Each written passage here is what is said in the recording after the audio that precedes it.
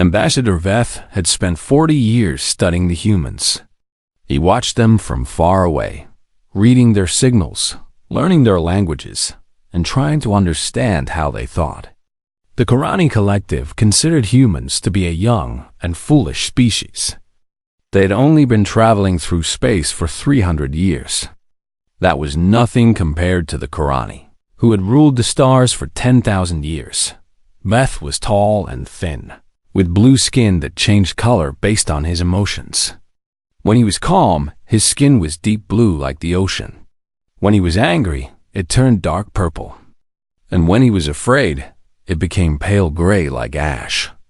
He had 4 eyes, 2 large ones in front and 2 smaller ones on the sides of his head. This let him see in almost every direction at once. The High Council of the Karani Collective called Veth to their great chamber on the homeworld.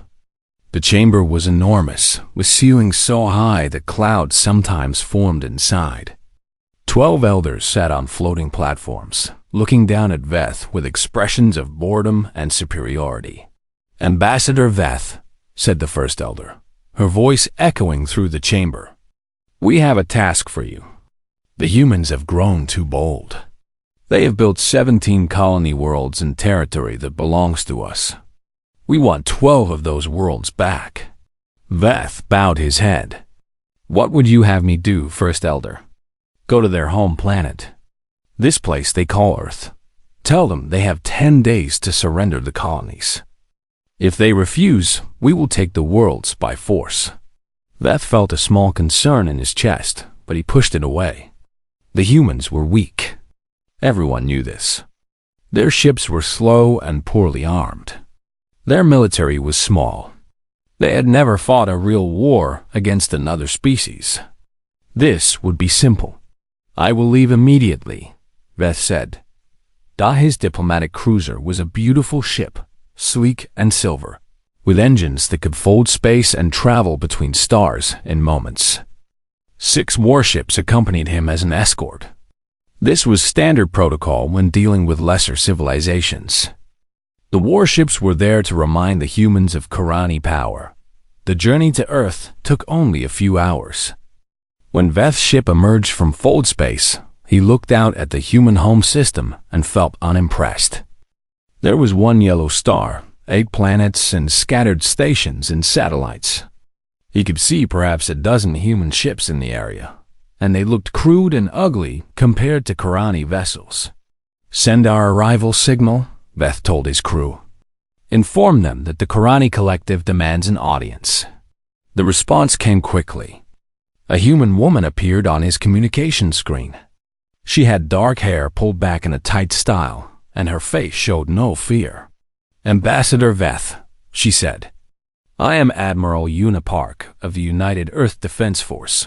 Welcome to our system. We have prepared quarters for you on our orbital station. Please follow the guide signal." Veth was surprised by her calm tone. Most species became nervous when Karani warships appeared in their space. But this Admiral Una Park spoke as if she was greeting an old friend, not a potential enemy. Una stood on the command deck of her flagship, the Indomitable, and watched the Karani ships approach on her display screen. She was a small woman, 53 years old, with gray streaks in her black hair. Her eyes were calm and patient. She had seen 3 border conflicts in her career and had learned that panic was the enemy of good decisions. Her aide, Commander Doan Lee, stood beside her. He was young and eager, still learning the art of military strategy. "Admiral, their weapons are powered. Should we raise our shields?" "No," Una said. "Let them feel comfortable. Let them think we are afraid." "Are we afraid?" Una smiled, but there was something hard in her eyes. "We have been preparing for this moment for 200 years, Do-young. Fear is not what I feel." Dahin looked confused, but he trusted his admiral. He had served under her for 5 years and had learned that she always had a plan. On the orbital station, Veth delivered his ultimatum to a group of human diplomats. The lead negotiator was a woman named Minji Kang. She was elegant and soft-spoken. with kind eyes that seemed to hold no threat. The Karani Collective claims ancient ownership of 12 of your colony worlds, Veth announced. You have 10 standard days to evacuate all humans from these territories. If you refuse, our fleet will remove them by force. Veth expected tears. He expected begging. He expected the humans to fall to their knees and plead for mercy. Instead, Minji simply nodded and made a note on her tablet. I understand, Ambassador. This is a serious matter. We will need to consult with our colony representatives before we can give you an official response. You have 10 days. Veth repeated, double quotes. Yes, you mentioned that. Minji smiled politely. In the meantime, we have prepared comfortable quarters for you and your staff. The food has been adapted for your species. I hope you find everything satisfactory. Veth was escorted to his rooms, feeling strangely unsettled. Something was wrong, but he could not identify what. The humans were too calm, too polite. They acted like people who knew something he did not.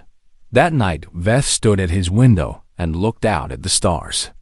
Somewhere in the darkness, his 6 warships waited, ready to bring destruction upon these foolish humans. But deep in his chest, in a place he did not want to examine, Veth felt the first cold touch of doubt. What did the humans know that he did not? The days passed slowly for Ambassador Veth. Each morning, he met with Minji Kang and the other human diplomats. Each morning, they smiled and served him tea and told him they were still waiting for responses from the colonies. Democracy is slow, Minji explained on the 3rd day. Every colony has the right to vote. Every voice must be heard. I apologize for the delay. Veth's skin flickered with impatience, shifting from blue to a darker shade. You have 7 days remaining. I suggest you work faster. Of course, Ambassador. We are doing our best. But Veth noticed something strange. The humans were not acting like people facing destruction. They went about their daily work with calm efficiency. They laughed in the hallways. They ate their meals without worry. A species about to lose 12 worlds should be panicked and desperate. These humans seemed almost relaxed. His aide, Thresh, shared his concerns. Thresh was young, barely 20 years old by Karani standards, with pale blue skin and nervous eyes. Ambassador, I do not understand these creatures. Why are they not afraid? Perhaps they do not understand the danger, Veth said. Perhaps they are foolish. But even as he spoke, Veth did not believe his own words. Minji Kang was not foolish. Her eyes were too sharp, her questions too clever. She was stalling for time, and Veth wanted to know why. On the 4th day, Veth decided to explore the station. The humans allowed him to walk freely, which surprised him. Most species would have confined a hostile ambassador to his quarters. But the humans let him go wherever he wished. He visited their observation deck and watched ships come and go. He visited their marketplace, where merchants sold food and goods from 100 worlds. He visited their medical center, where doctors treated patients from many different species. Everywhere he went, humans greeted him politely. Some even bowed. None showed fear or hatred. It was as if they had already decided that war would not happen. Do they not know why I am here? Veth asked Thresh. They know, Ambassador. I heard 2 humans discussing it yesterday. They called our ultimatum bold and then laughed. Veth felt his skin darken with anger. They laughed? Yes, Ambassador. I do not understand why. That night, Veth could not sleep. He stood at his window and watched the stars, and he noticed something that made his blood run cold. Ships were arriving. They came through fold space one by one, small flashes of light in the darkness. At first, Veth thought they were merchant vessels. But as he watched, he counted 10, then 20, then 50 arrivals in a single hour. He called Thresh to his side. What are those ships? Thresh studied his sensor tablet with trembling hands. I cannot identify them, Ambassador. They are arriving at the edge of the system and holding position. My sensors cannot get clear readings at this distance. How many? Thresh was silent for a long moment. When he spoke, his voice was barely a whisper. I count over 200 so far, and more are still arriving. Veth felt the first real fear of his life. He had studied humanity for 40 years. The Qurani intelligence reports said that humans had fewer than 50 warships. Where were all these vessels coming from? The next morning, Veth demanded answers from Minji Kang. What ships are gathering at the edge of your system? He asked, his skin pale with worry. Minji looked up from her tea with innocent eyes. Ships? Oh, those are probably just merchant convoys. We have a busy trade season this time of year. Merchant ships do not arrive in such numbers. Tell me the truth.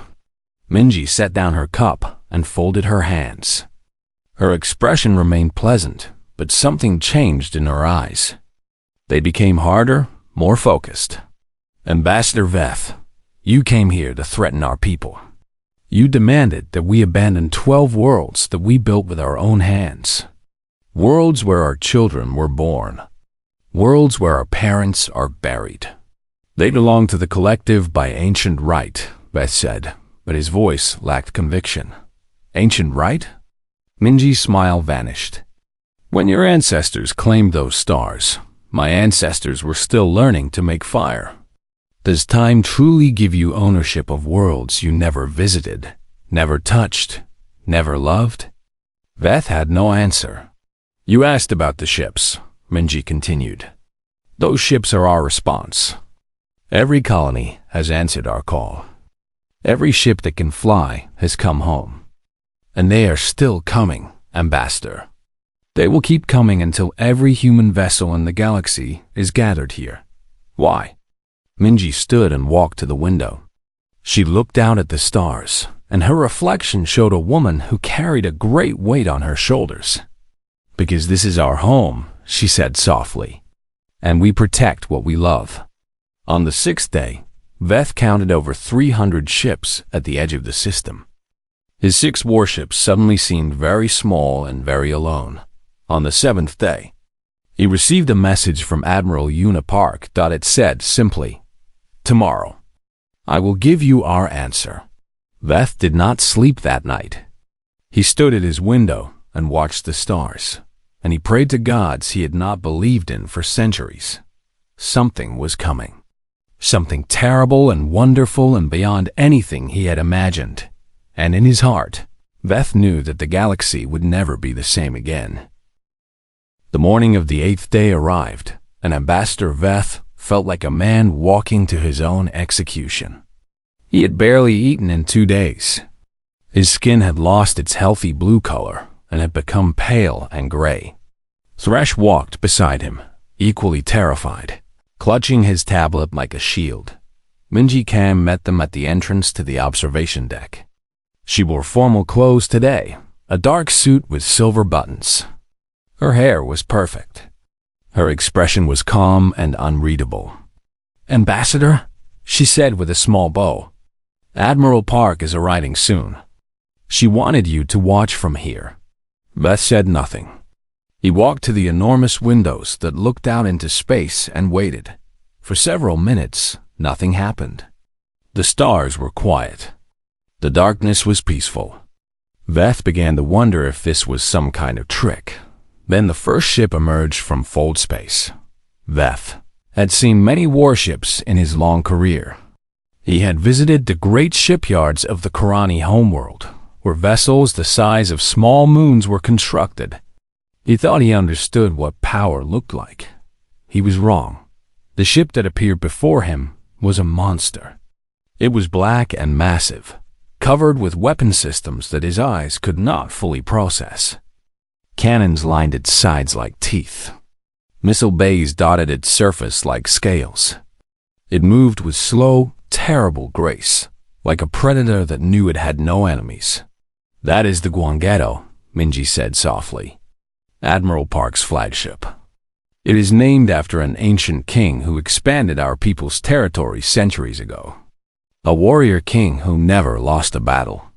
Veth tried to speak, but his throat was dry.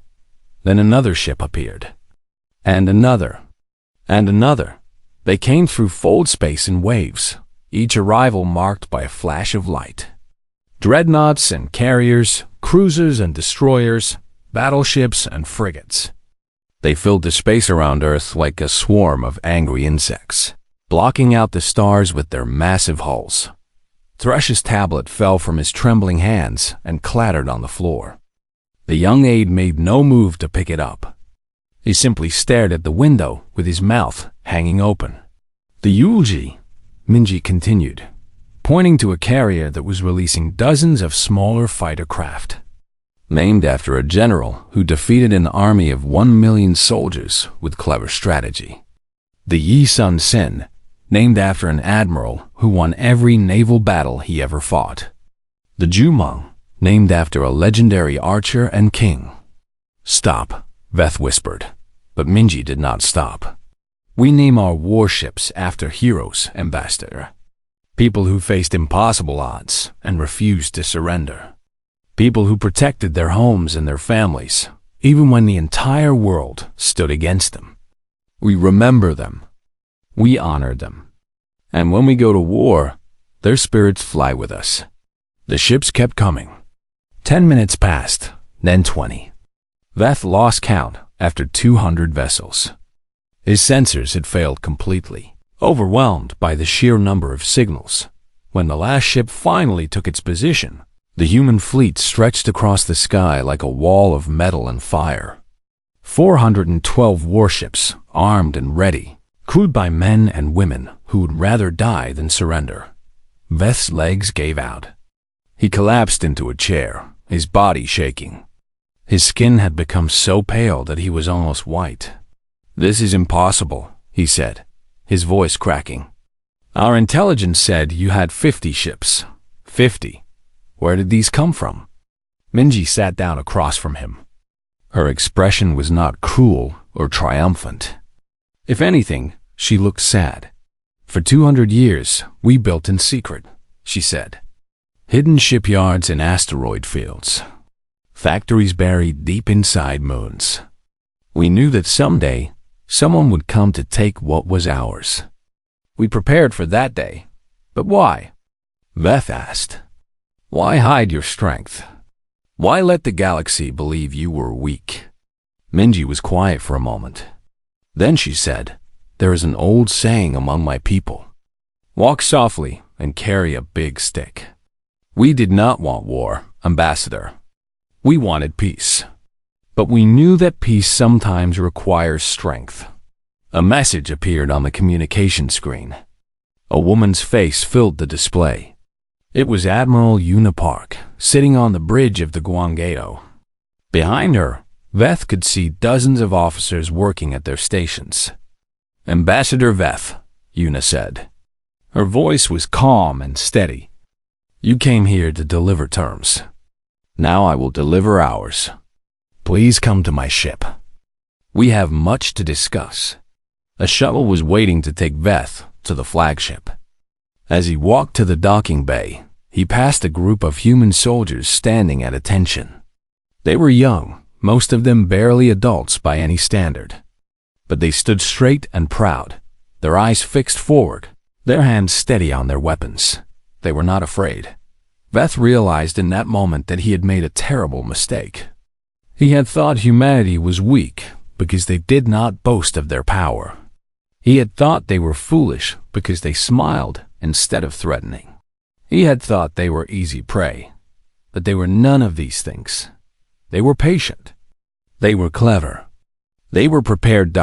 And now, standing in the shadow of their fleet, Veth understood why the galaxy should fear them, not because they were cruel, but because they were ready. The shuttle ride to the Guangado felt like the longest journey of Veth's life. Through the small windows, he could see human warships on every side. They hung in space like silent giants, their weapons dark but ready. Thresh sat beside him, still pale and trembling, Unable to speak, when the shuttle docked, a group of soldiers escorted Veth through the ship's corridors. The inside of the Guangato was impressive but simple. The walls were gray metal. The floors were clean, but worn from use. There were no decorations, no signs of luxury. This was a ship built for war, not comfort. They reached a large conference room. A long table sat in the center, surrounded by chairs. Windows along one wall showed the fleet outside, a constant reminder of human power. Admiral Una Park stood at the head of the table. She was smaller than Veth expected. In his mind, he had imagined her as a giant, someone whose presence filled the room. But she was just a woman, short and thin, with gray hair and tired eyes. Yet when she looked at him, Veth felt his legs weaken. Behind her stood two officers. One was a large man with scars on his face and hands that looked like they had been broken and healed many times. His name, Veth later learned, was Captain Tai-Wu Choi. The other was a young woman with sharp eyes that never stopped moving, watching everything. Her name was Lieutenant Commander Sohee Beek. "Please sit, Ambassador," Una said. Her voice was soft but carried across the room like a command. Veth sat. His legs were grateful. Una remained standing. She pressed a button on the table, and a holographic display appeared above it. The display showed a map of the galaxy, with Karani territory marked in red and human territory marked in blue. "Ambassador Veth," Una began. "8 days ago, you came to our home and demanded that we surrender 12 worlds. Worlds where 300 million human beings live. Worlds where we have built cities and farms and schools. Worlds where our children play and our elders rest." Veth tried to speak, but Una held up her hand. "You threatened to take those worlds by force. You brought 6 warships and thought that would be enough to frighten us." She paused. "You were wrong." The display changed. Now it showed the human fleet in detail. Ship names and weapon systems and crew numbers scrolled across the screen. The numbers were staggering. 412 warships, Una said. Over 2 million crew members. Weapons capable of breaking moons and burning planets. This is what you threatened, Ambassador. This is what you woke up. Veth found his voice at last. The collective will not accept this. When they learn what you have built, they will send their full fleet. Thousands of ships. Tens of thousands. Perhaps, Una agreed. But let me tell you something about my people. She walked around the table until she stood directly in front of Veth. Despite her small size, she seemed to tower over him. Humanity grew up on a world that tried to kill us. Earthquakes shook our cities. Storms destroyed our homes. Diseases killed us by the millions. Animals hunted us for food. And when nature finally stopped trying to kill us, we spent 10,000 years trying to kill each other. Captain Tai-Wu stepped forward. His scarred face showed no emotion. Wars, he said. Endless wars. Over land, over religion, over ideas. We burned each other's cities. We poisoned each other's water. We invented new and terrible weapons just to destroy ourselves more efficiently. And yet, Lieutenant Commander Sohee added, her voice quiet but firm, we survived. Every disaster, every war, every plague. We survived and we learned and we grew stronger. Una nodded. We do not want war, Ambassador. We never wanted war. We reached for the stars, hoping to leave our violent past behind. But we brought our memories with us. We remember what it means to fight for survival. She returned to her place at the head of the table and sat down. Her eyes met Veth's, and in them he saw something that terrified him more than all the weapons on all the ships outside. He saw certainty. Here are our terms, Una said. First, you will leave our colonies alone. All 17 of them. You will not threaten them. You will not claim them. You will not look at them with hungry eyes. Second, you will recognize our borders. Draw a line on your maps and stay on your side of it. We will stay on ours.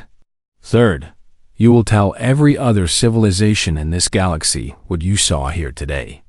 Tell them about our fleet. Tell them about our weapons. Tell them that humanity is not to be touched. Veth swallowed hard. And if we refuse? Yuna's expression did not change. Then this fleet will visit your homeworld. Not to conquer. We have no interest in ruling your people or taking your worlds. But your shipyards will burn. Your military stations will be destroyed. Your weapons factories will be turned to dust.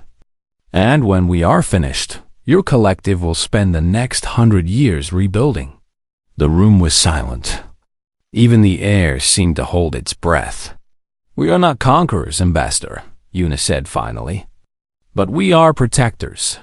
Threaten our home, and you will face the fury of every human being in the galaxy. United, determined, unafraid. Veth thought about his options. He could refuse and return to the collective with news of war. But looking at the fleet outside, looking at the calm certainty in Admiral Park's eyes, he knew how that war would end. The Karani had power. But humanity had something more dangerous. They had purpose. I will recommend acceptance of your terms, Veth said quietly. Yuna nodded. That would be wise. She stood and offered her hand. Veth had studied human customs and knew this gesture. He stood and took her hand in his dot. Her grip was firm and warm. The grip of a warrior. The grip of a protector. Go home, Ambassador, Yuna said. Tell your people what you saw. And pray that we never have to meet again as enemies. Veth bowed his head. I pray the same. The treaty was signed 3 days after Veth's meeting with Admiral Park. The terms were exactly as the humans had demanded. The Karani Collective would recognize all 17 human colonies. The Collective would respect human borders. And the Collective would spread the word throughout the galaxy about what they had seen. Veth transmitted his full report to the High Council personally. He held nothing back. He described the fleet in perfect detail. He described the weapons and the ships and the soldiers with steady hands. He described the look in Admiral Park's eyes when she delivered her terms. And he transmitted his recommendation in simple words that even the most proud elder could understand. Do not provoke humanity again. The council was furious, of course. They called Veth a coward and a fool. They accused him of exaggerating the human threat. Some even suggested he had been bribed or brainwashed. But then their own scout ships confirmed everything Veth had said. When the council saw the images of the human fleet with their own eyes, the anger turned to silence.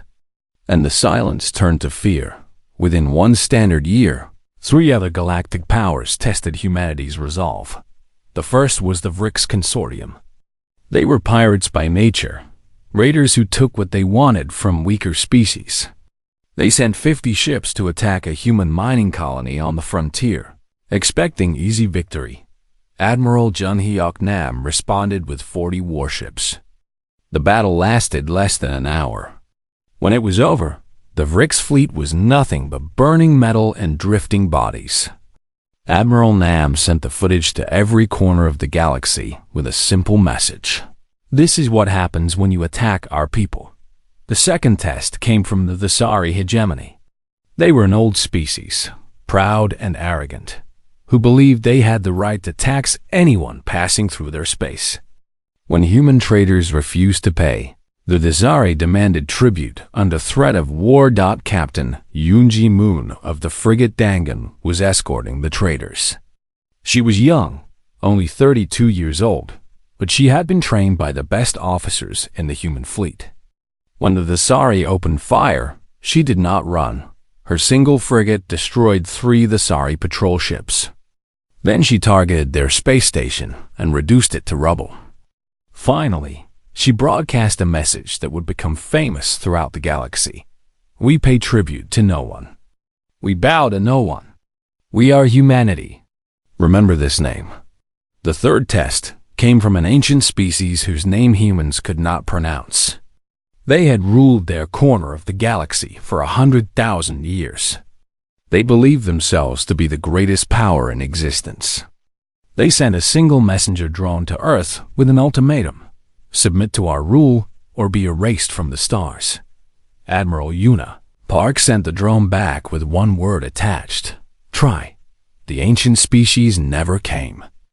Their ships never crossed into human space. Their soldiers never fired a single shot. Perhaps they sent scouts to study the human fleet. Perhaps they did not believe the reports at first. But eventually, they understood. Humanity was not prey. Humanity was not weak. Humanity was a sleeping dragon that the galaxy had foolishly poked awake. Years passed. The galaxy slowly adjusted to the new order. Humanity did not seek empire. They did not conquer their neighbors or demand tribute or force their ways upon others. They traded fairly. They explored peacefully. They even helped younger species build their own civilizations. But they never forgot. And they never stopped building. Ambassador Veth became the Karani Collective's leading expert on human affairs.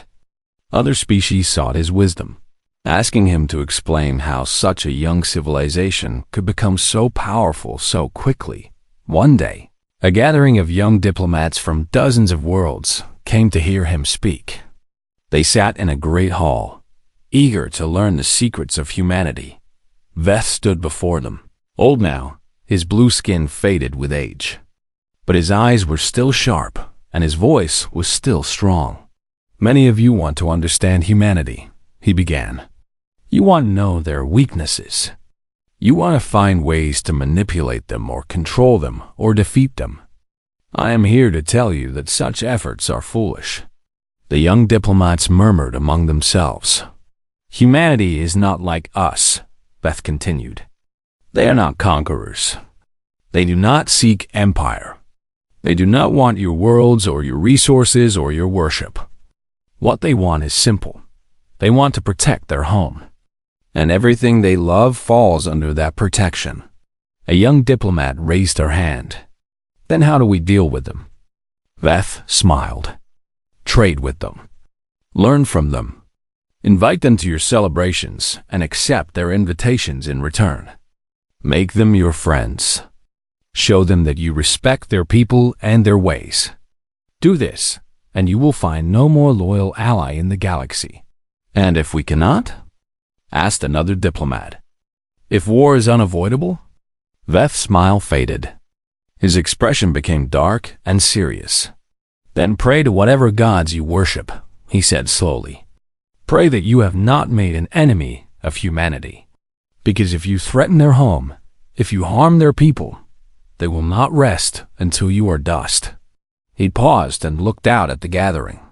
His 4 eyes moved across the room, meeting the gaze of every young diplomat present. I have seen their fleet, Beth said. I have looked into the eyes of their admirals. I have walked among their soldiers and their citizens and their children. And I tell you this truth. Humanity is not just a species. They are a family.